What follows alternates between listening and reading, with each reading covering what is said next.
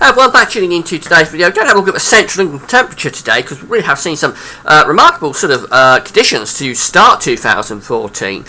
We're running around 2 degrees above average as an anomaly for the year.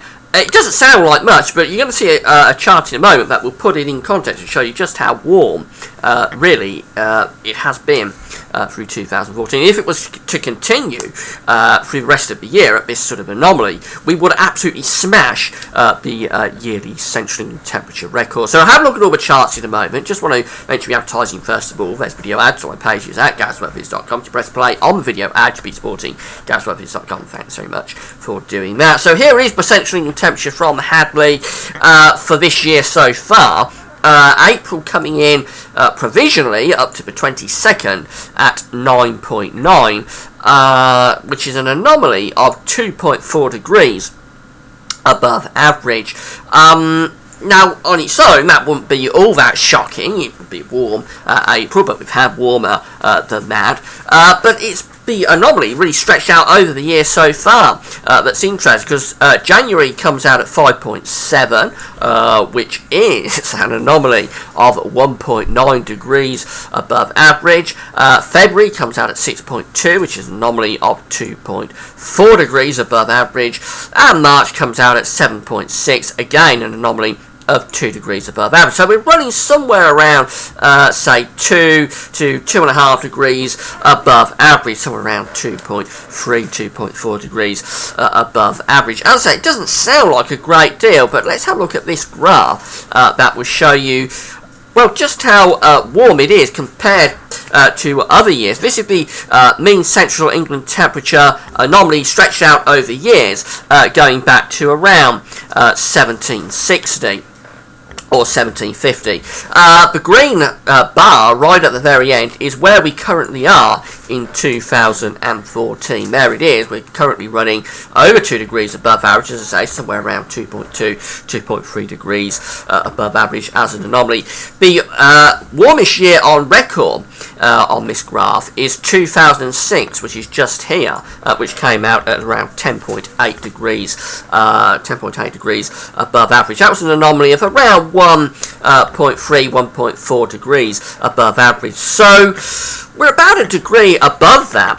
As I say, if we was to continue this throughout the year, we would absolutely smash that all-time record that was set in 2006. Now, why this is important? It's important for 2 reasons. First of all, in itself, it's very unusual to have it this warm for this long continuously. And as I say, if we went on, it would be truly remarkable. But perhaps what's more important about this is that it implies we're likely to get a reduction in this temperature at some point.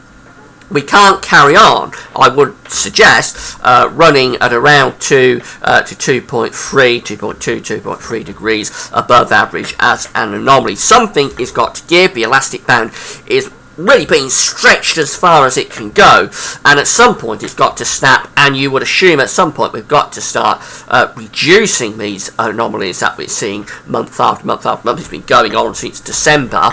Yeah, at some point we've got to start seeing things levelling off more towards what we have the all-time record in 2006. Got to go back. Of course, we may get the warmest year on record. We may beat 2006. I'm not saying that we won't, but it won't be with that kind of anomaly. I would suggest that is very unusual. It's very hard to maintain an anomaly over 2 degrees above average over the course of the year. Now, you can't, and you can never say never with the weather. It's always shocking us and surprising us, so perhaps we will keep this and stretch it out over the year. But my suspicion is that at some point we're going to see a prolonged spell of cooler weather bringing down this overall yearly temperature average, and overall bring down the overall anomaly for the year.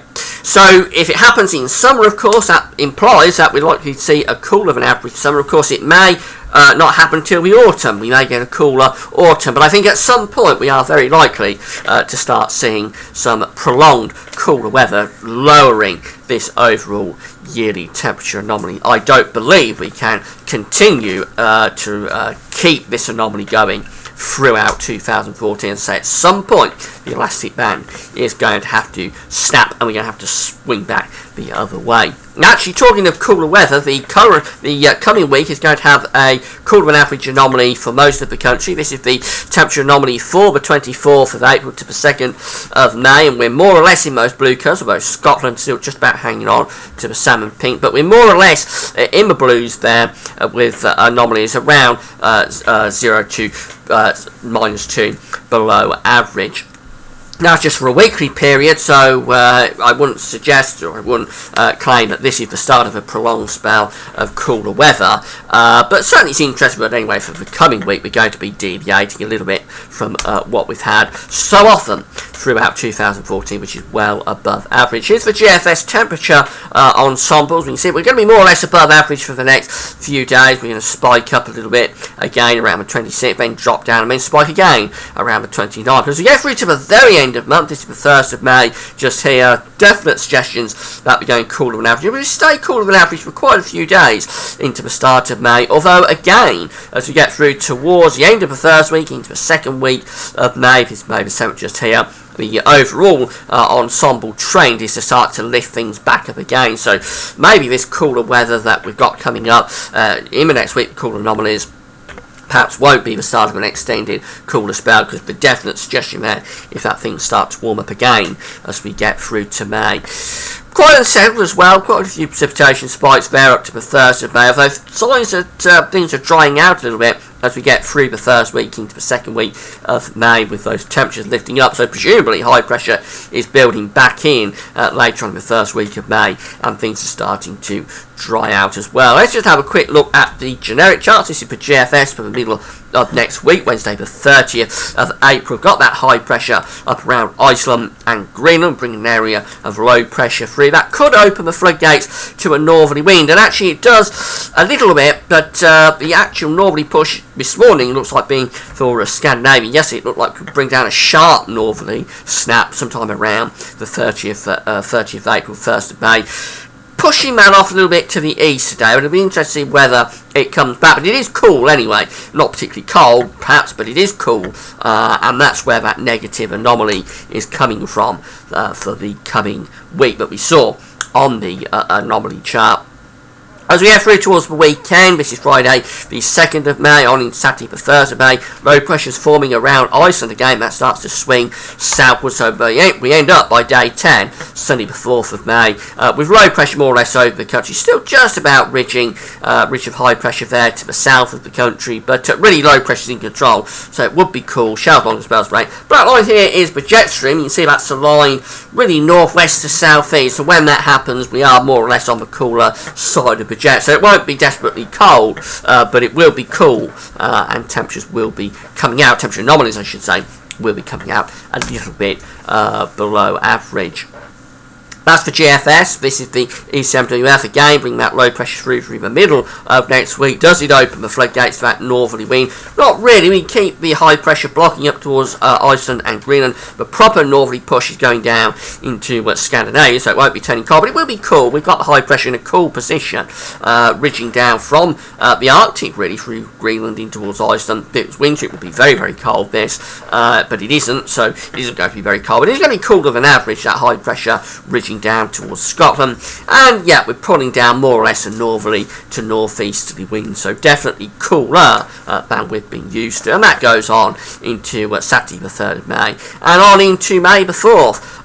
Yeah, the high pressure is sitting there up to the north of the country, so we're still bringing down cool air from the north of the northwest, where the coldest weather, I have to emphasise, will be for Scandinavia on that sort of evolution, but it's certainly cooler than we've been used to as an anomaly anyway. It's cooler than we've been used to through much of this year so far. The GEM, finally, the Canadian, again, we bring that low pressure through the middle of next week, so it could be unsettled midweek next week.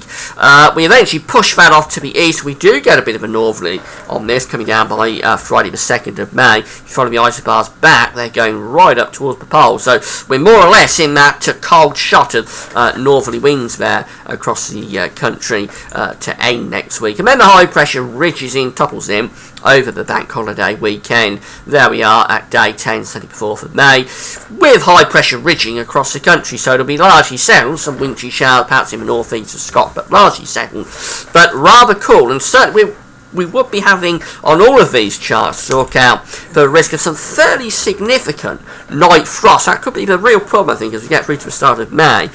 We could have to look out for some really quite cold nights. And of course, this time of year, the blossoms out, fruit blossom, gardeners are putting their tender plants out. So frost at this time of year can be really quite impactful. So we do have to watch out how cold these nights are getting, I think, as we go into the start of May. So that's it. We're running around 2 to 2.3 degrees, something like that, above average as an anomaly for this year. It's going to be turning cooler next week, but probably not the start of an extended spell of cooler weather. Looks like things are probably going to warm up again, get through to the second week of May. But at some point, I think we have got to get a cooler spell, an extended spell of cooler weather. We can't keep this anomaly going throughout the year, so at some point we're going to have to start lowering the central temperature anomaly, and it'll happen by bringing in months that, whilst perhaps still above average, are not posting anomalies over 2 degrees above average. When it happens, it'll be quite a shock, it'll be quite a change, and if it happens in the summer, it could happen this summer, then obviously it is going to impact on whether we have a decent summer or not. So I hope you found the video interesting. That's where we're currently lying for 2014 in terms of the year. A remarkably warm start to the year, but I don't think it can go on much longer. Be interested to see what happens. That's it for now. Thanks for watching.